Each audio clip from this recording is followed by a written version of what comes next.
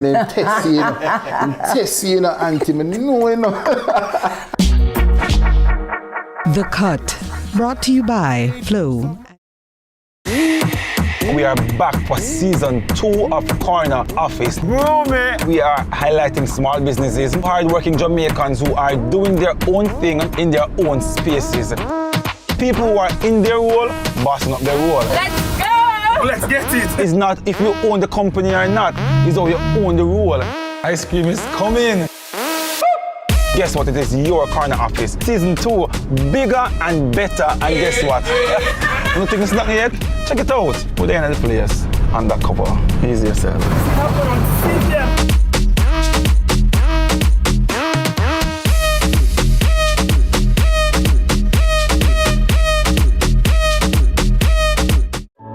Jesus Christ loves you, and greater love hath no man. Because of his love, he opens the way. He opens eyes, ears, and minds. Open your heart and experience General Conference of the Church of Jesus Christ of Latter-day Saints and feel his love. Greater love.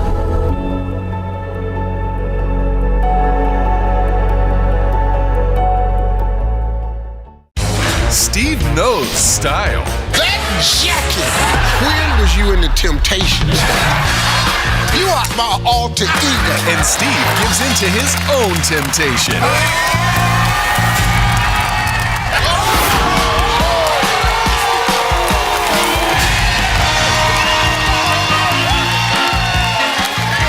Family Feud. Brought to you by SLB empowers my future. If you truly don't have faith in me, then I promise you it's over. I'm going to put an end to this nonsense once and for all. I will not rest until that girl is dead. I'm still going to kill her tonight, no matter what. Here is your court notice. Who's the letter from? Sagar just sent me a notice to get Krishna's custody.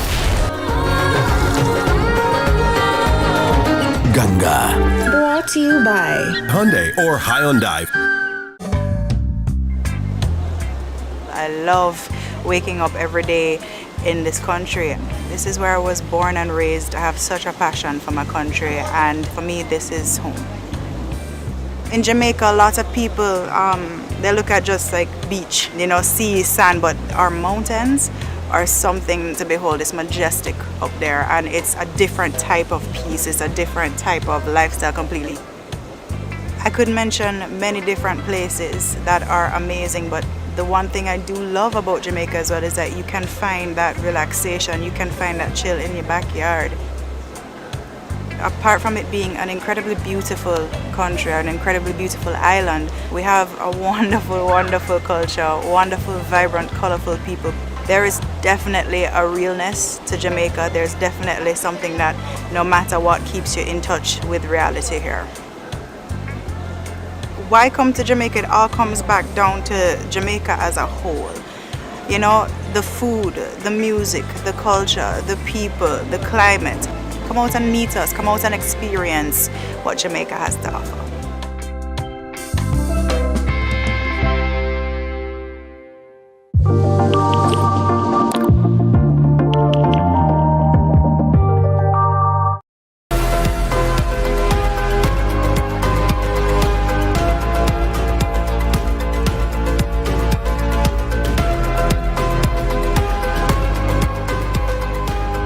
From Kingston, Jamaica, this is CVM News at Noon for Thursday, April 3, 2025.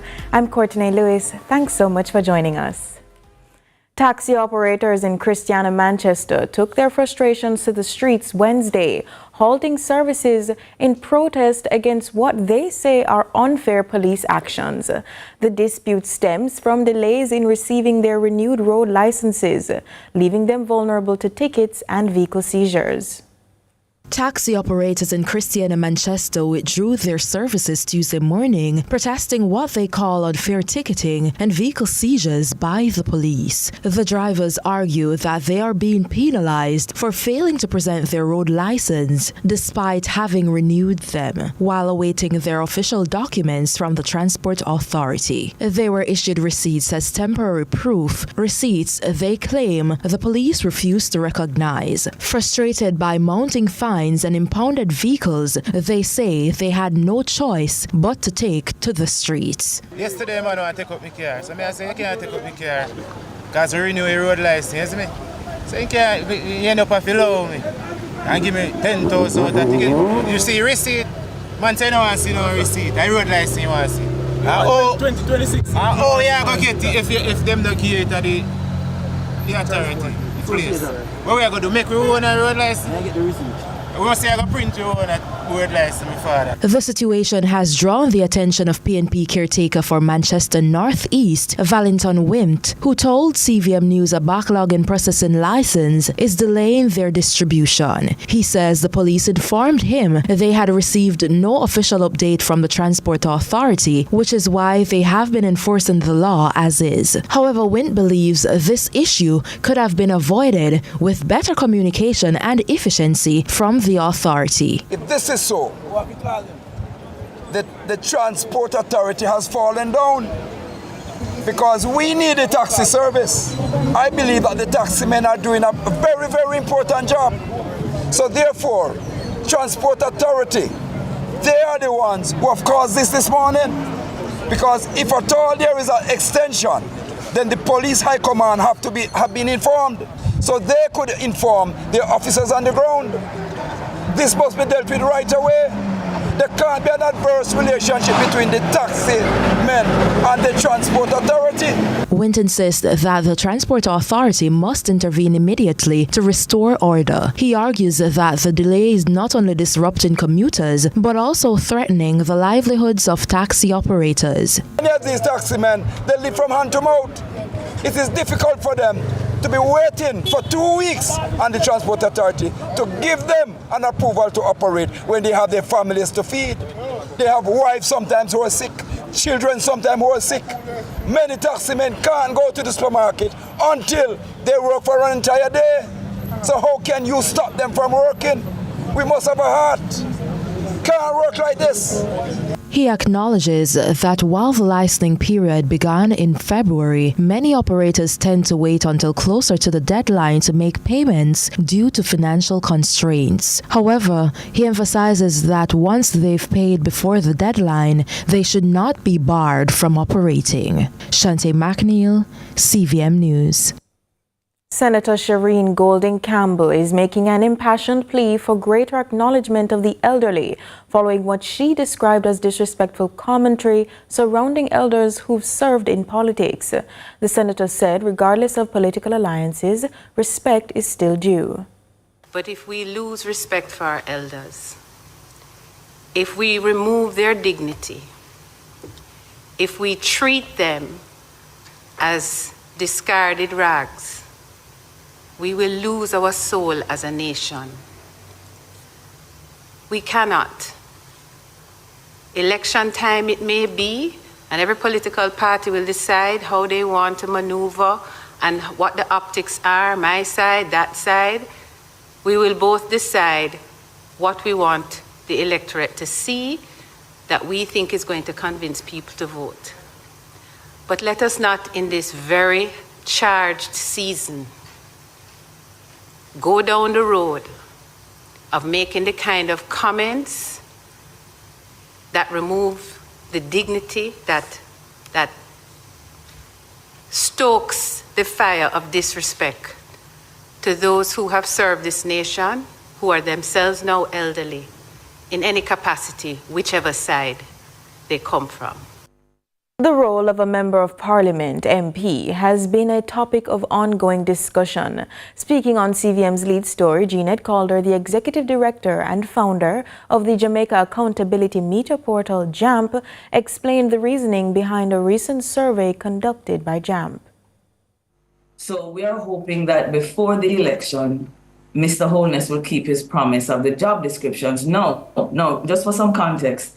2022, the promise was made. By 2023, the government had a green paper tabled in the House, which is a draft of what the job description looked like. And the government put together a committee from the Senate and the lower house to review the draft job description and also to have consultation with citizens. Now, I went to 2 of those town hall meetings, and I realized, George, that citizens don't really understand the role of the MP. So how can they review this job description? Yes. So in closing, in the last 15 months, the committee that was supposed to meet to create the job description that would put Jamaica in a position to have conversations with their prospective elected candidate to assess them on the basis of their competence going into the election, we still can't do that. So we wanted to trigger the conversation, get that committee going again, hence the survey with 1,700 Jamaicans speaking back at us. Meanwhile, Robert Miller, MP for St. Catherine Southeastern, boasts a good track record for his parliamentary attendance and other duties. Miller shared why he believes it is essential to prioritize and perform his responsibilities to the best of his abilities. Now we'll just have a quick break. Stay with us.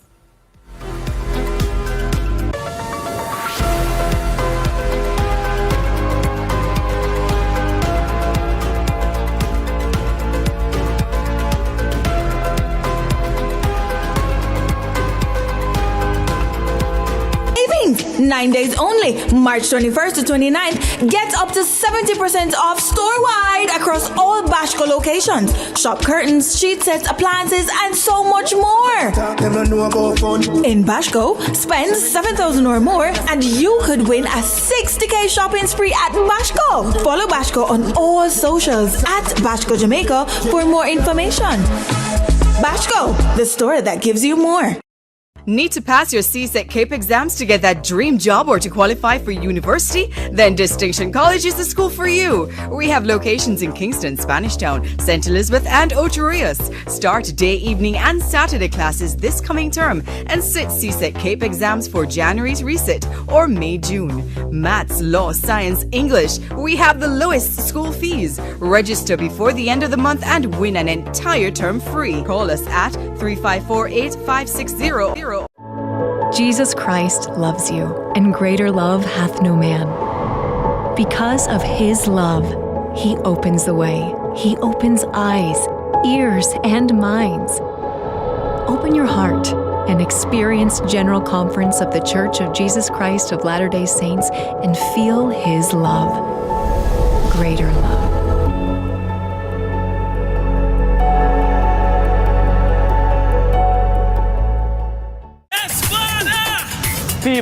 People, we now waste no time. I am super excited to be on for another season to show you the Holy Road. Listen, new adventures.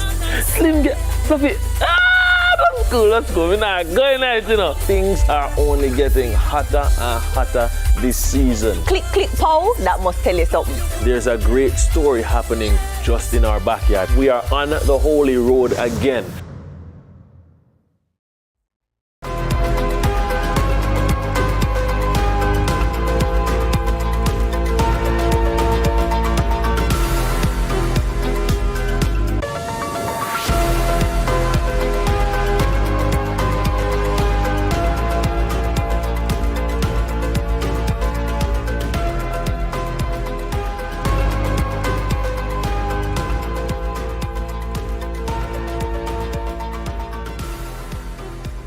Welcome back and thanks for staying with us. Now it's time for a discussion segment.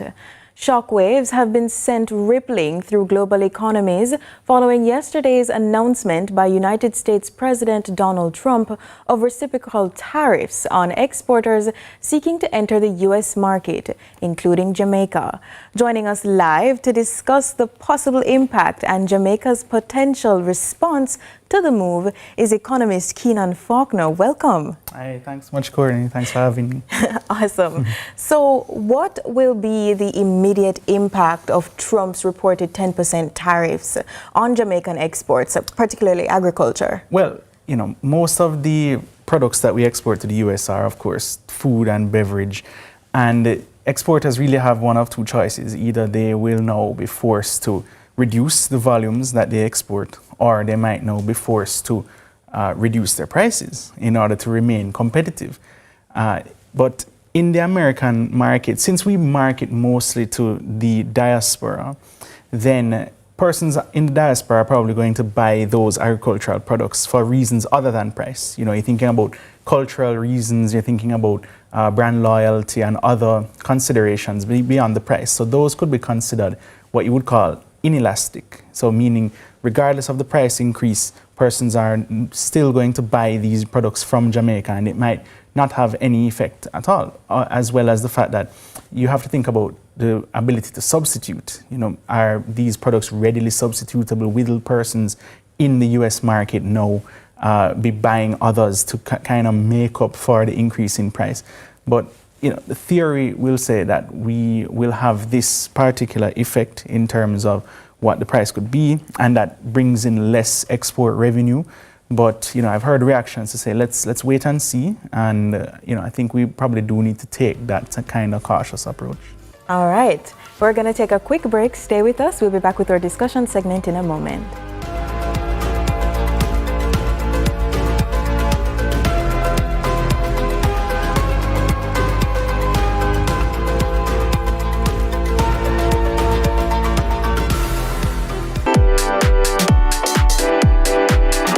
The Time is brought to you by Ford Territory. Sports should be fun. Sports should be interesting. Sports should be entertaining. Sports should be riveting. This is CVM Sports. I'm Jordan Fort.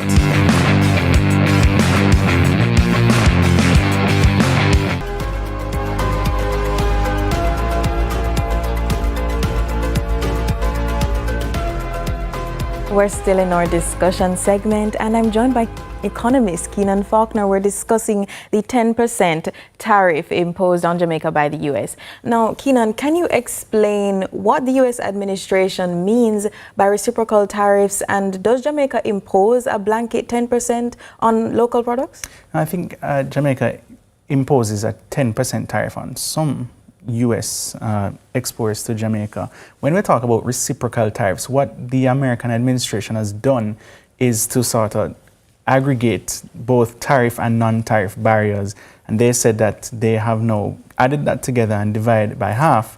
So those countries that have especially more punitive tariffs on the U.S. will now get more punitive tariffs in response, whereas Jamaica and other countries that did not have any tariffs get a baseline of 10%. So every export, no, it doesn't matter where it is now subject to that 10%, regardless of if you have a trade deficit or a trade surplus with the US, because many persons have been saying, you know, I as a country, I didn't have tariffs on the US. Why am I now being subject to these tariffs? Australia in particular has complained about that. Whereas at the other end of the spectrum, you have places like Cambodia at 97% in terms of the tariff on exports to the US, and they will now be subject to a 49% tariff. So that is the calculation that they have used. I know they have branded it as being reciprocal because they have said for 50 years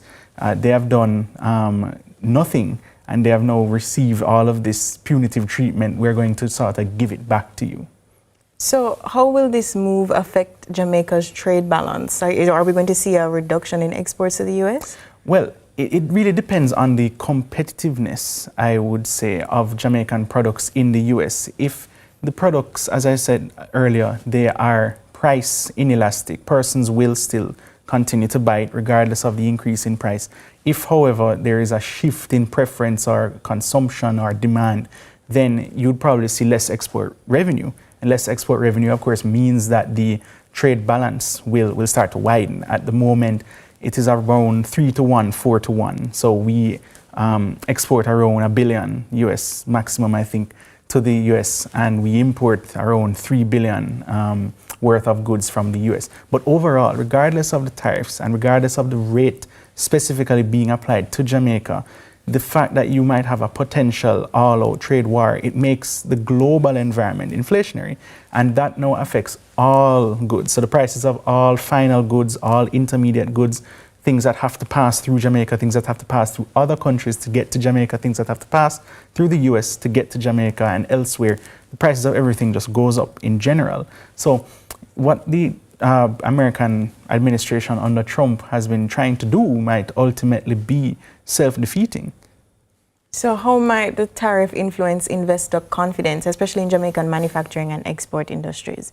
Well, you know, manufacturing, obviously, in terms of the food and beverage and distribution, those sectors would probably get the hardest hit. But, you know, if there's a certainty that their market is resilient enough to now be able to withstand these price increases, like I said, people buy products for all sorts of reasons other than price, then there might not be any effect. But if they can't absorb the loss of revenue, if there is a potential loss of revenue, then that could also similarly lead to maybe job losses for some companies that are exporting. But like I said, you know, we do have to wait and see. Those are the possible impacts. We also have to think about the impact on the American consumer. So if they have less disposable income, their consumption patterns in